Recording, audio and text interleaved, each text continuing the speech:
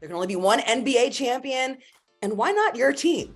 All right, let's bring in my partner in dimes, Cassidy Hubbarth. She has covered so many 76ers games this season that I like to joke she is on the Sixers beat. I'm a big fan, so. We felt like there was nobody better than to ask than you to give us 3 reasons why the 76ers could win it all this year. I think we got a chance, so. My first reason is, surprise, surprise, Joel Embiid. Whether he's your MVP, the real MVP, or whatever, there's no denying that he's a deserving candidate of MVP this season again.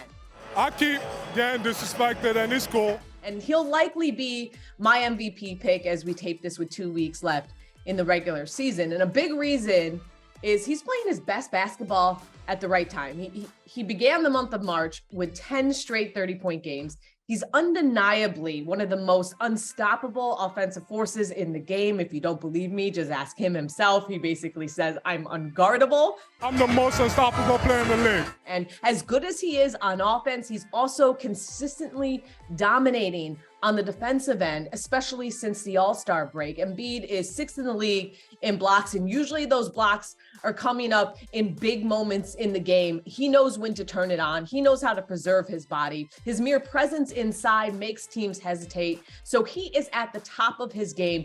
And to win a chip, everyone knows you need your star at their peak powers. And we are seeing that right now from Joel Embiid. Okay, Cass, we know Joel is that dude.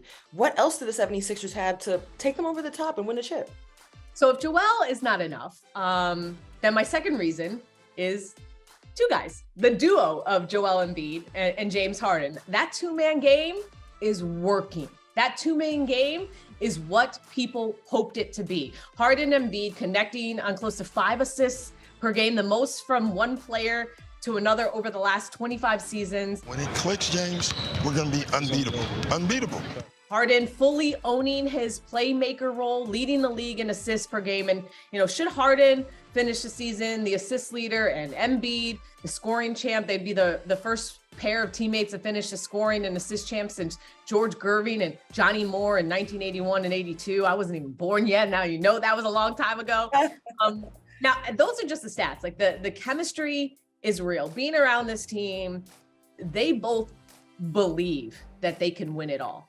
James Harden himself said he feels like this is the best chance that he's ever had in his career at winning a championship. I sat down with him a couple weeks ago and he told me, like, just the last few years specifically when people said that he was falling off in Brooklyn, he was dealing with that hamstring injury. And he said it was the first time I've ever had to deal with an injury where I had to sit out a long time and work my way back in rehab. And now I finally feel healthy. Now I'm able to work and push my body like I used to. And he just said also to me that, like, he has a different approach and mindset this year.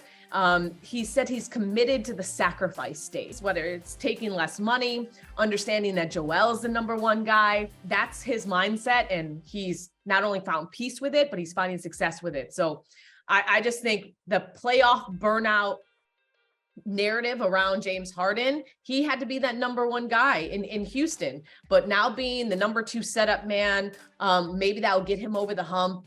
And, he was quick to remind me that he can still get 40, which in the playoffs, they're going to need him to still get 40 from time to time. I need you to be a scorer and a facilitator. He's like, don't forget, I'm still James Harden. So, Right. So you like the way the Harden and Embiid pairing has matured. You're all in on Joel Embiid as like top dog in the league. So you gave me 2 good reasons. What's the third reason you have for why the 76ers can win the chip? One of the biggest reasons from the beginning of the year, and I said their depth. And I will just go as far as saying their supporting cast. Tyrese Maxey can be that 3rd star. His year has been a bit weird. Started strong, then missed some time with that foot injury, returned and was coming off the bench, kind of, dimmed his light a little bit. Who else is struggling mentally a little bit to me is Tobias and Tyrese. Right. And so we got to get them going. For a guy who's always smiling, but now back in the starting lineup, he tells me he feels like himself again. He's looking like a 2, getting hot at the right time. So you got the youngin becoming reliable, and then you have the veterans knowing their roles and playing it to perfection. There's all this talk about James Harden making big sacrifices in his game, but Tobias Harris is making sacrifices to a level of he's been that max player. His offensive role has shrunk, not just to the second option, the third option, he's the fourth option. But when he's called upon, he delivers. And PJ Tucker, ultimate teammate, being asked to basically clear out to the corner, make hustle plays. And he's been excellent at both, trailing Joel and Paul Reed in terms of offensive rebounds, and then hitting close to 40% of his corner threes, his sweet spot there in the corner. DeAnthony Melton, strong defender. George Niang can catch fire more than occasionally and driving that minivan over teams at just the right time. That's his nickname, by the way, Roz, the minivan. I don't know if there's a better nickname in the NBA. And lastly, Doc, say what you want about the collapses with the Clippers. The man still won a chip, and he's seen enough to know what it takes. And you got to be the leader. Get them to do it right. I'm going to force you to play the devil's advocate of the other side then, because I know you're really believing in these guys.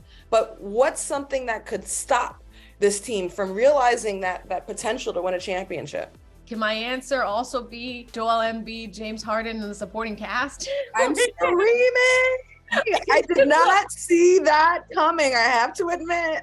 It's just, Joel gets another freak accident, as we've seen in the playoffs. Injuries are always playoff. James Harden shows up to the party, and then, all the dominoes fall. James Harden was so bad, so horrible last night. It almost looked intentional. The supporting cast has to step up and be the main guys, and they're not ready. I think this team there's a belief that the time is now, but if they don't make it to the conference finals at the very least, then I don't know what happens with this team. So I think it's going to be an experiment.